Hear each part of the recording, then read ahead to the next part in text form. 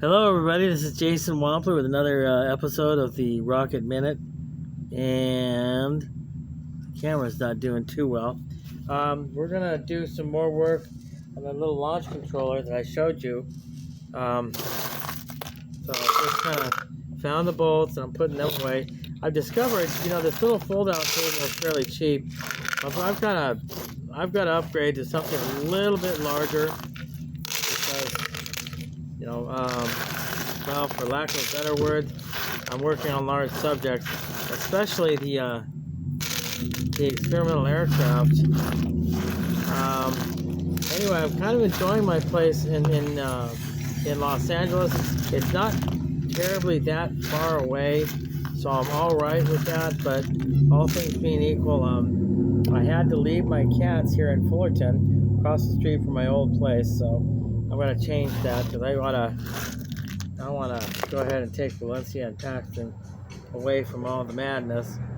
I don't want them to be outdoors for too much longer. Anyway, that's my story. What I've done is I've found some fasteners for this launch controller box. Now I'm going to show you how to fasten let me get this out of it here. I'm going to show you how to fasten the gang boxes to the box itself. So I kind of taped them in place. You'd think that double-sided tape would hold, and most of the time it does, but sometimes it doesn't. I've also got my I also have my there we go. It's taking up the whole frame.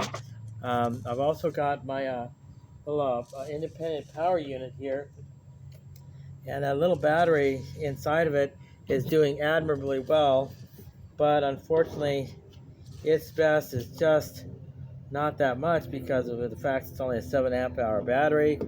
It's designed for electronics and floodlights, or giant surge protector, and it doesn't have the amp hours of a motorcycle battery, which is kind of what I need. So the next project I'm going to get is going to have probably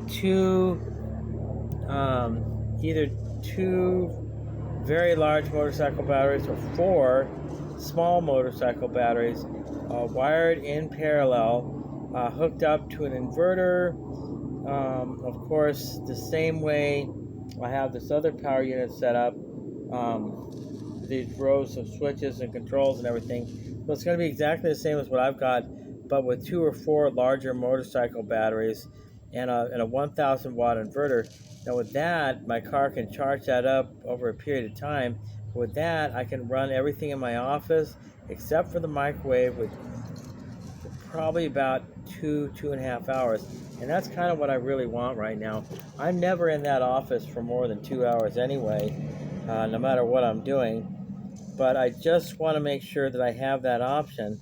So when I get more funding, I'm going to build that independent power supply. That is not a rocket launch project.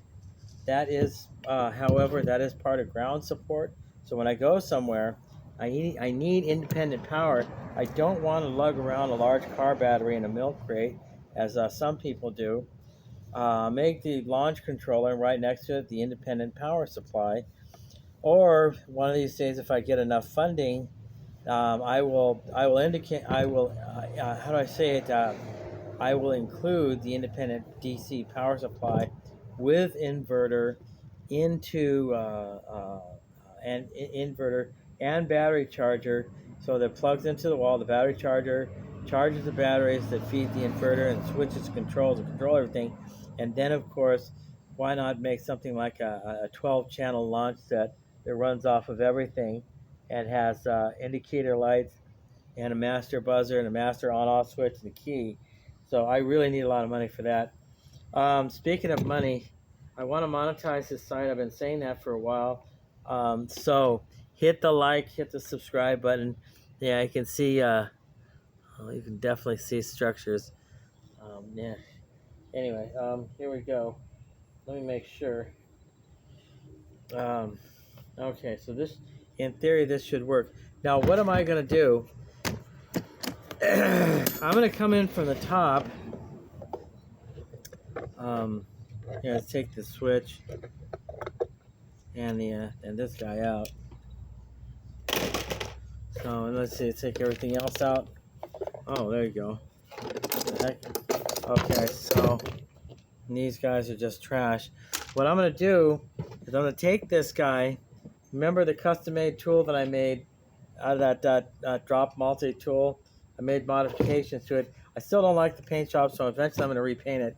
But what I'm gonna do is I'm gonna drill holes. I'll drill one, 2, 3, 4 holes in the bottoms of these, but I'm going to go in, not from there to the bottom of the underneath the unit, because the pointy part of these sheet screws or wood screws would be scraping on the bottom.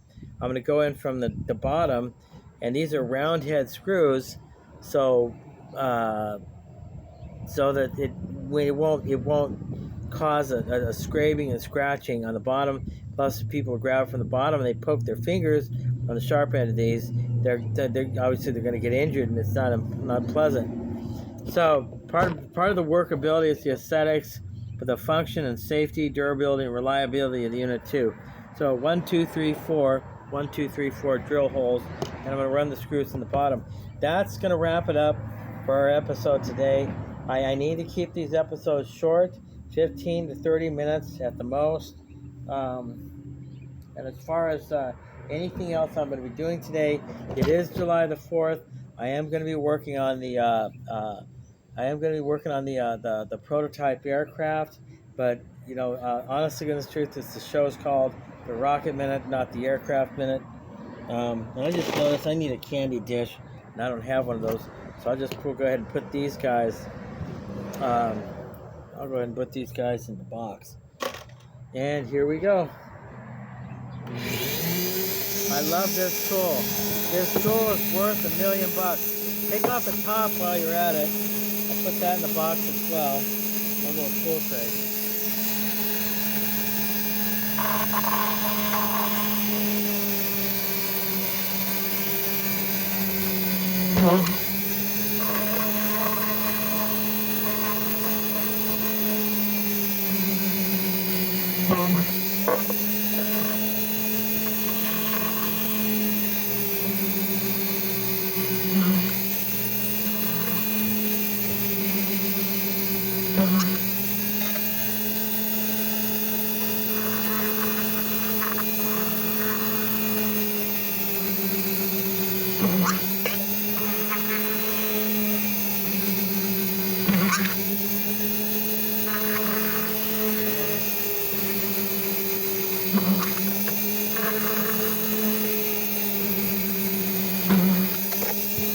Okay, and I gotta tell you, this independent power supply is working perfectly. The tool's working perfectly. I'm loving life. The sun's out, etc., etc. Let me turn that back off. Everything's turned off. So here we go. Let's dump out the grit and griddle. I dumped it right on the independent power supply. Let me that's great, man. Put the top on that. I just dumped scooch on that. Now on the bottom side, we got this nonsense. I just kind of peel that off real quick, but it's 8 times.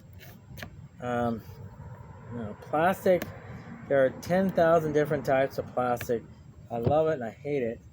The thing is about the 10,000 different types of plastic, you never know what you're going to get. It's a flexibility versus brittle qualities, etc., etc. You don't know what you're going to get. Oh, that's right. I turned everything off. Go backside.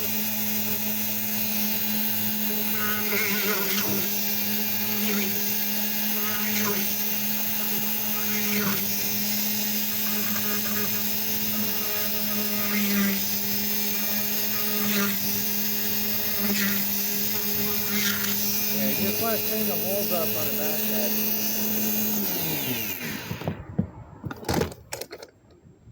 Again, get the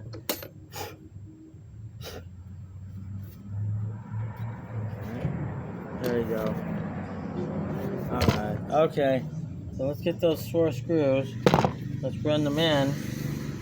We'll run the ends from the underside. Make sure they work properly.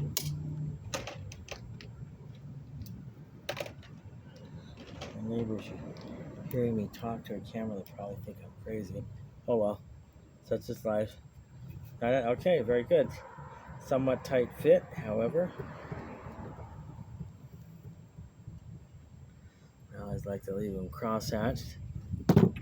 Perfect. Very good. They work perfectly.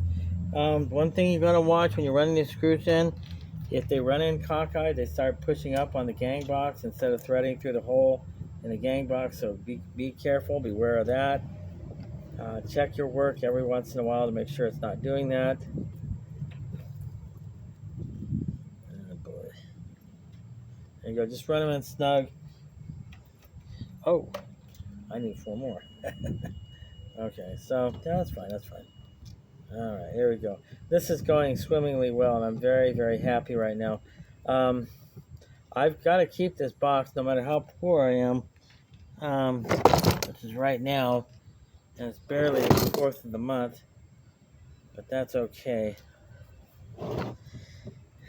Here we go. So I need 4 more of these. It never occurred to me I need 8, not 4. 4 times 2 is 8. Boy, do I feel dumb. There we go. Okay, so now I'm going to build my own miniaturized air compressor with reserve tank. I built one before, but I goofed up. I Frankensteined the parts, and one part got hung up because the end plate on the gears was non-existent. In fact, it was negative, so the dumb thing would barely turn over, and I had to knurl and sand and shape every single gear tooth, and I thought it was going to take about 20 hours, so I just ended up throwing the unit out. Plus the fact that I ended up cutting the base of the hose, I glued it, I cut it elsewhere, I glued that too, and I'm like, no, and I didn't design room for a reserve tank. Otherwise, it was a brilliant design, double power supply, double compressor, But anyway, that's neither here nor there. So let's break out the screws. We can go ahead and take this tool, put it down, clear up some room, turn that off. Okay, here we go.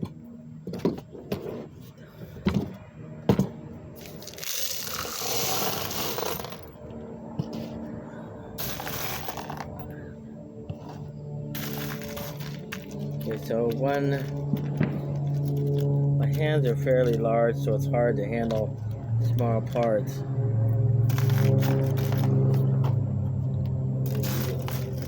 Working on slope too. That's okay.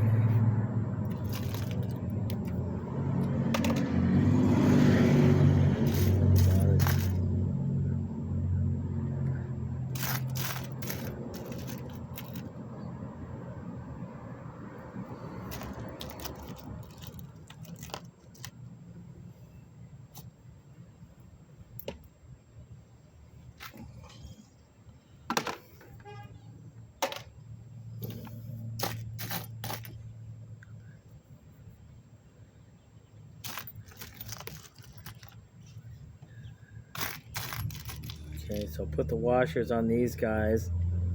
Looks like a couple of these have been used before. Again, Jim Crilly, a shout out to my friend Jim Crilly, building all those cars in his driveway. He always said I had big hands. I didn't believe him, so I had a really hard time handling small things like this. I just have the world's biggest hands, with big old hot dog fingers. And that's a pessimistic observation, but I guess big hands are a turn on sometimes to the girls, and then again, maybe not. All right, so I got 4 of these. Just go ahead and just drop them in, run them in. Small parts, small parts. I do not like small parts.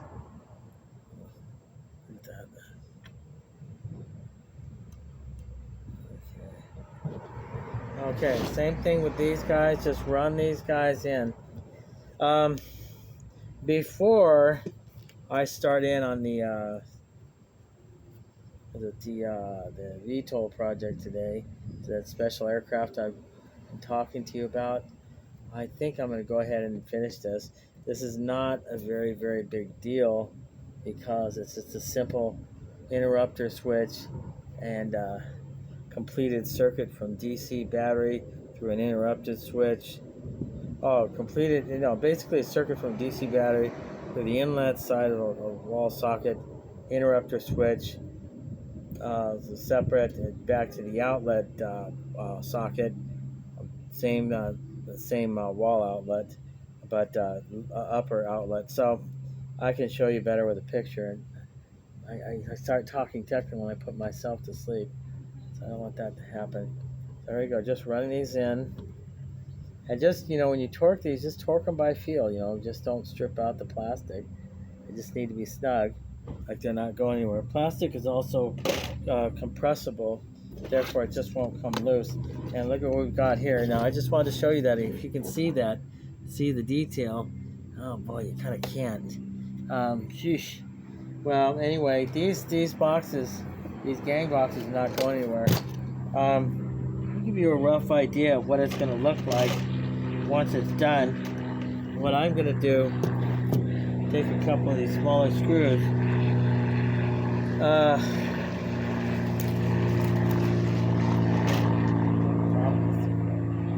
Interesting. Where's the top of this thing? Oh, it's right in front of me. I'm going to go ahead and put the top back on. See, that just pops right on. So I want you guys to see exactly how this is going to look. Let me put the switch up there, or the outlet up there, the switch down here.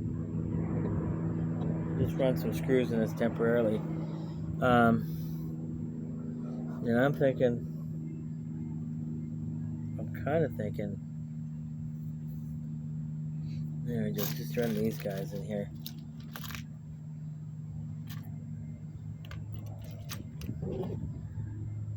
These are smaller screws. I always push these outlets to the right, just so I can gun sight the connectors and the circuitry itself. But that's just a Jasonism thing. So you do whatever you want. It's your launch controller, and it's a free country, so you do whatever floats your boat. But I just wanted you to see one of these as a kind of semi-finished product, at least without the wiring. I'll do the wiring this afternoon, and we'll just take it from there. Oh, baby. Okay, this is a little easier. Yeah, it's a little different too. Okay, here we go. There we go. There we go. Okay, I do the upper one. There we go.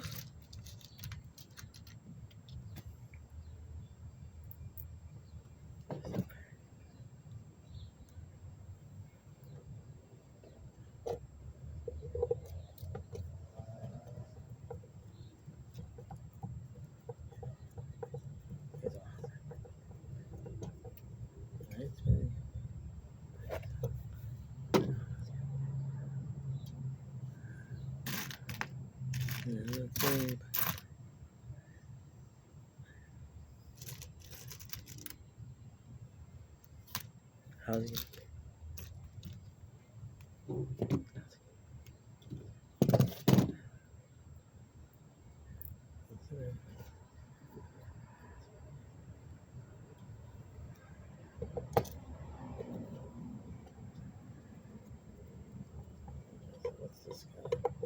By the way, guys, if you tighten these down one at a time instead of running them both in and leaving them loose, you're going to do what's called twisting the gang box, to where the gang box now becomes a trapezoid. It's going to be a distorted form of twisted to favoring the right side. So be aware of that. And there we go. We are established. I have a non-working but visually correct prototype right here. Guys, can you see that? That's the twin outlets, and that's the switch. That's the launch switch. I have to put a piezo buzzer and an arm switch in here. Technically speaking, I was probably supposed to have a second switch to actually light the box up Then this sends power to the ignition leads, to the igniter on the rocket's motor. But this is this wall socket, this wall outlet. These two are separate. This is where the 10-foot cord from the battery clips of the battery come in. This is power in, and this is power out. This is where when I turn the switch on, it closes the circuit to this outlet, and that sends, of course, the DC voltage, 12 volts, to the little electric matches or igniters on the rocket's motor, and launches the motor. This isn't entirely legal, so I'm probably going to have to use an external power switch, power light, and piezo buzzer.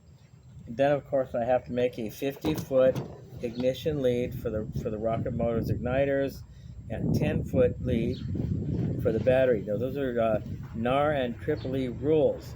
Any launch control unit that's going to be used at a NAR or EEE event, the ignition leads, the leads that go to the igniter on the rocket, have to be no less than 50 feet. That is for safety considerations, and that's only up to a certain size of rocket motor. If you want to visit NAR or NAR, National Association of Rocketry, you want to visit their website, you want to visit EEE's EEE Rocketry's website, and look up rules and regulations. I'm sure you'll be there all day. It's very fascinating, but there are ways to ensure the safety of the event and everybody who attends, plus all of the equipment and vehicles and little critters too. So look that up if you feel like it. It's more specific than I am. I only know a little bit. I used to be a member with EEE. I need to renew my membership. I need to renew my membership with NAR. However, it's not required for the launches at Santa Fe Dam Recreational Area, which is sponsored by Southern California Rocketry Association. I don't know what the chapter number is. I'm an unofficial member because I let my membership lapse.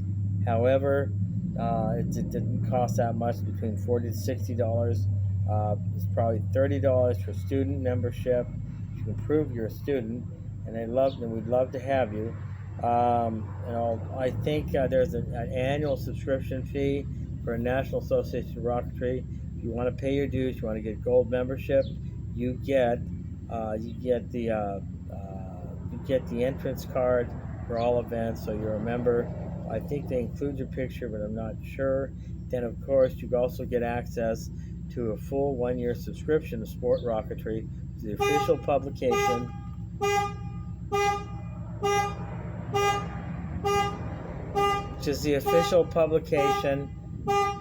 of National Association of Rocketry. Hey guys, how you doing? I sure love it when car alarms go off. But you know what? That's my cue to end the video. You guys have a great day. My name is Jason Wampler. This has been another episode of the Rocket Minute, and we'll see you tomorrow.